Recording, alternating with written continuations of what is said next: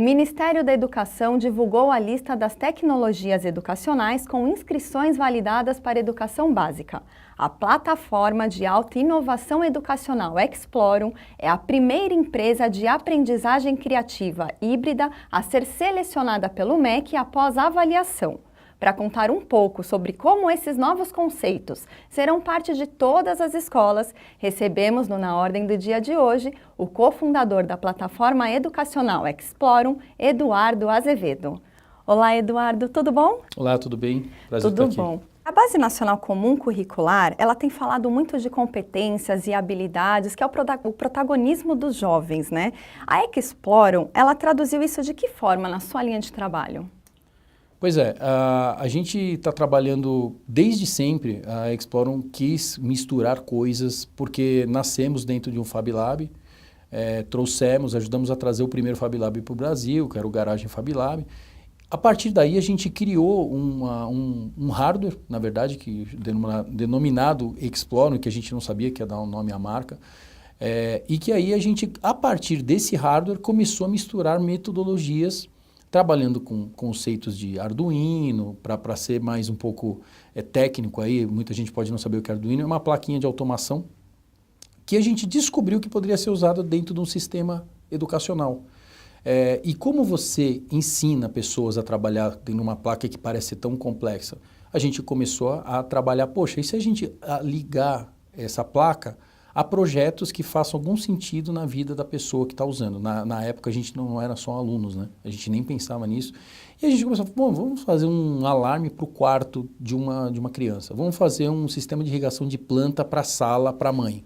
Vamos fazer um sensor de estacionamento, um detector de presença dentro de sala de aula, quantas pessoas estão ali, etc. Então eram projetos reais que a gente foi se dando conta que aquele kit que a gente tinha, ele atendia essas coisas. E aí os projetos foram sendo desenvolvidos. Quando o MEC começou a trabalhar com a Base Nacional Comum Curricular, vários daqueles projetos já estavam meio prontos. Foi aí que a gente trabalhou com a adaptação das matérias em cima dos projetos. Então isso já estava um pouco pronto. A gente teve um pouco foi um pouco de agressividade no termo mais do empreendedorismo, falando que a gente começou a fazer coisas mais avançadas, achando que a gente um dia pudesse usar, e de fato aconteceu. Que bacana. Ouvindo você falar, me parece assim que ela foca um pouco mais a robótica, mas não, você está me falando que ela é interdisciplinar, a plataforma? Uma ótima pergunta sua em relação à robótica e a aprendizagem criativa, que emprega também o uso de várias habilidades, e a robótica é uma delas. Robótica e maker, né? O que é isso? Robótica, a gente pode, sendo bem simplista aqui na explanação, a robótica ela trabalha com um sistema mais guiado de aula, ou seja, você tem um guia e você segue aqueles passos, até porque são projetos complexos de eletrônica e tal, conceitos de mecatrônica.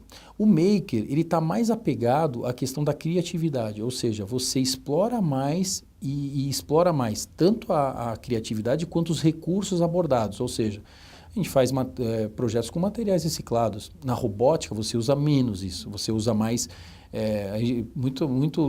as pessoas lembram muito de robozinhos, carrinhos de controle e tal, foguetes e tal. Isso, invariavelmente, você não usa materiais reciclados. No Maker, é mais aprendizagem, a gente fala de computação física, de física do termo físico, tátil, de como você emprega aqueles recursos que você pesquisou no seu entorno, na sua casa, na rua, no seu bairro, você pega aqueles materiais e aquele composto de recursos, você vai criar algo em cima daquilo. Então, isso está muito empregado em cima da criatividade e não em cima de um guia. Essa é a diferença básica de robótica e maker. No entanto, os dois estão dentro do guarda-chuva de aprendizagem criativa híbrida. Eu queria que você me explicasse um pouco mais assim, sobre como que é a plataforma Explorum, como que os professores podem utilizar. Me dá um exemplo, assim, numa aula prática, como que funciona? Até lembrando, a gente tem uns cards dentro do nosso site, tem lá exemplos de aula. Então, se alguém quiser ver, explorum.com.br, tem lá cards que explicam aulas práticas, como eu emprego determinada aula num projeto de ciências, ou de matemática, ou de língua portuguesa e tal. Hoje, como é que a plataforma, o sistema funciona? A gente trabalha exclusivamente formando professores, isso foi desde sempre, a gente sempre acreditou que essa mudança da educação passa sim pelo professor. Não adianta falar o professor não sabe programar, o professor ele só quer dar aula de português, de matemática, de física. Ok, temos um novo mundo aí, temos novos alunos dentro de sala de aula. Então a gente precisa entender que o professor, a gente precisa dar a chance do professor, pelo menos falar assim, olha, você quer entender sobre isso? Você acha possível criar alguma coisa?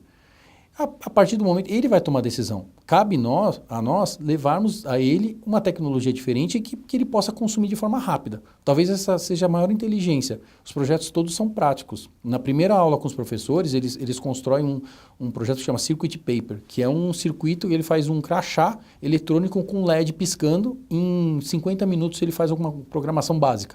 Fala, nossa, eu nunca pensei que fosse fazer nada funcionar. Então, a plataforma, ela ensina professores a ter uma nova dinâmica de aula. Quem emprega o tom com os alunos são os próprios professores. A gente fica aí meses dentro de uma escola formando professores. Inclusive, os professores são resistentes à tecnologia? Essa questão de você trabalhar com professores que não estão aptos ou se julgam inaptos a trabalhar com tecnologia, chama bastante a nossa atenção, porque é onde a gente mais vê que tem uma entrada, porque o professor não é que ele não tinha, ele não sabia, ele não tinha condição, ele não tinha as ferramentas para entender. E a Explorum levou alguma coisa prática para eles. Porque na cabeça deles a programação era você ir lá escrever código. Jamais ele ia fazer aquilo.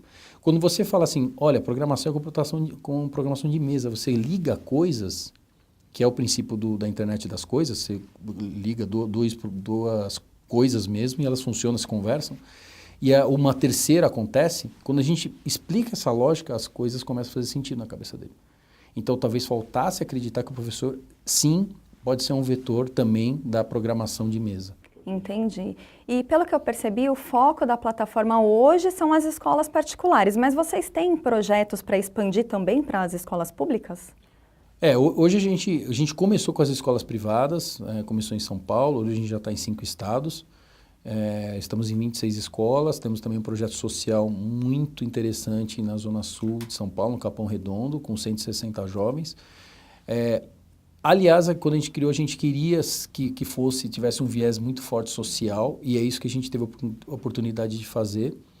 Tem uma empresa grande de eletroeletrônicos nos apoiando, e a gente acredita que essa questão social, por ela ser muito simples e fácil, ela requer poucos recursos de infraestrutura, ela pode funcionar de forma offline, ela precisa de uma mesa, de um kit e do conhecimento do professor. Todo o resto usa material reciclado. Então, qual que é o nosso maior esforço? É gastar ou investir horas no professor. O resto ele vai fazer sozinho. Todo o sistema funciona em torno do conhecimento de alguém, no caso do professor. Hoje a gente começou com escolas particulares, mas o mesmo sistema, de forma um pouco adaptada, vai ser implantado para escolas públicas. Por isso, nós escrevemos a Explorum no Guia de Novas Tecnologias do MEC. E aí acabamos sendo listados como uma tecnologia inovadora. E quais que são as séries de público-alvo? Hoje a gente está trabalhando com o Ensino Fundamental 2, 6º ao 9º. Foi aí que a gente entrou, com o MEC. Nas escolas particulares, a gente faz uma adaptação desse conjunto de livros para o Ensino Fundamental 1. E aí o ensino médio, que seria uma próxima etapa, a gente está aguardando, porque também nem o MEC votou ainda, então a gente está esperando qual vai ser o próximo passo. Mas algumas escolas que já têm aulas no Ensino Fundamental 2 já estão implantando de forma... Como eles conhecem o método, acabam implantando de forma intuitiva, eles estão implantando até com sucesso em 2 escolas. Bacana, Eduardo. Olha, por hoje é só. Muito obrigada pela sua participação. Eu que agradeço, obrigado pela oportunidade. Essas informações foram relevantes para você? Deixe seu comentário, aproveite para dar um like neste vídeo e se inscreva no nosso canal. Até o próximo programa!